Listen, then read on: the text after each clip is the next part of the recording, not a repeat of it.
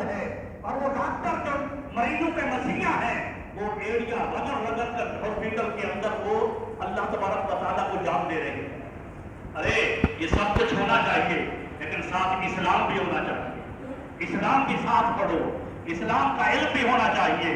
اور عزیزان گرامی قدر، وقت چونکہ زیادہ ہو گیا، میں تو کافی ابھی جو سمجھو کہ میں نے بیان شروع ہی کیا تھا۔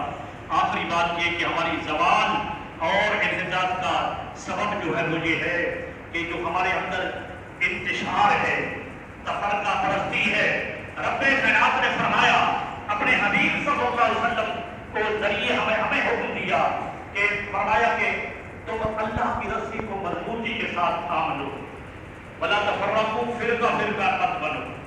آج یہ بھی یہود و نصارہ کی سازش تھی۔